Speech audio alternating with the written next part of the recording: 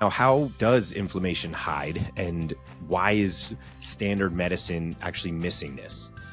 So here's where things start to fall apart in conventional healthcare, because most people assume that if inflammation is present, it will show up as pain or swelling or a fever. But chronic inflammation doesn't really play by those rules. It hides. It's simmering beneath the surface. It's quiet, low grade, and systemic. So it's damaging tissues slowly enough that your body adapts until it actually can't anymore, and that's when disease sets in.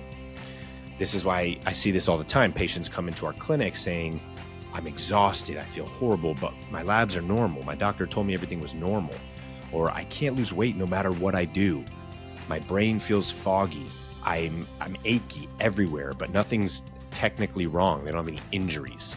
And unfortunately, and again, we hear this all the time, and it's really frustrating.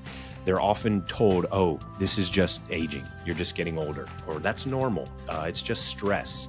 These are all gaslight phrases to basically tell someone we don't actually know, and we have no answers for you.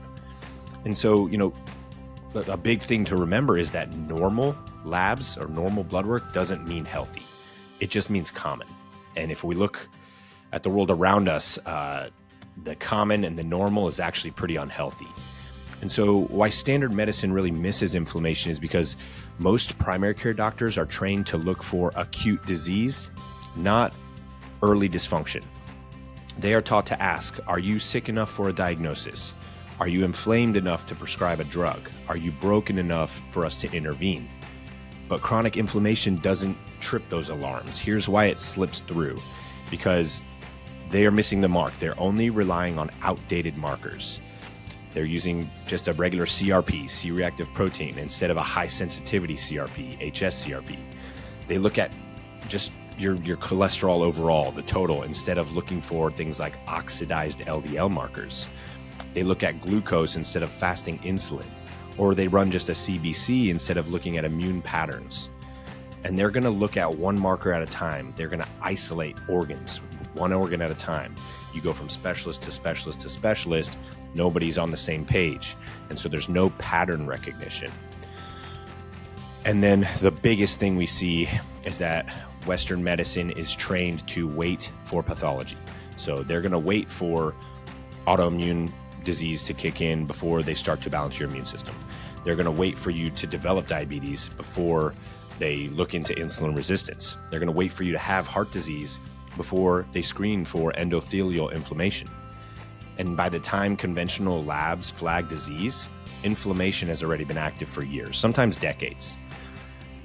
A study out of The Lancet in 2018, this is a major journal, it identified chronic inflammation as a shared underlying mechanism across cardiovascular disease, cancer, diabetes, neurodegenerative disorders, and autoimmune disease, often preceding the diagnosis by, hear this, 10 to 20 years, meaning that those things were building up your entire life. And so what inflammation looks like before disease, okay, this is the stage that most people are stuck in, most people that we see. They're not quite sick enough for a diagnosis, but not well enough to feel like everything's okay, like themselves. And so take note of this. Here's early inflammatory warning signs, okay? Persistent fatigue despite getting adequate sleep, brain fog or mood instability, joint stiffness without injury, weight gain that does not respond to diet, gut symptoms that come and go, poor recovery from workouts, frequent colds or slow healing. Inflammation doesn't ask for permission, it just keeps collecting interest.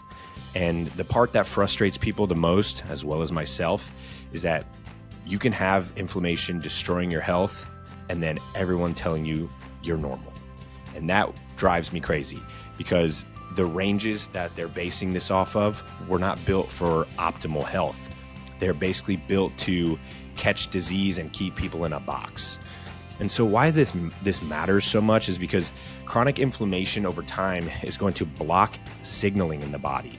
It will suppress your thyroid and disrupt cortisol rhythms, damage blood vessels, trigger autoimmunity, and all of that to accelerate the aging process.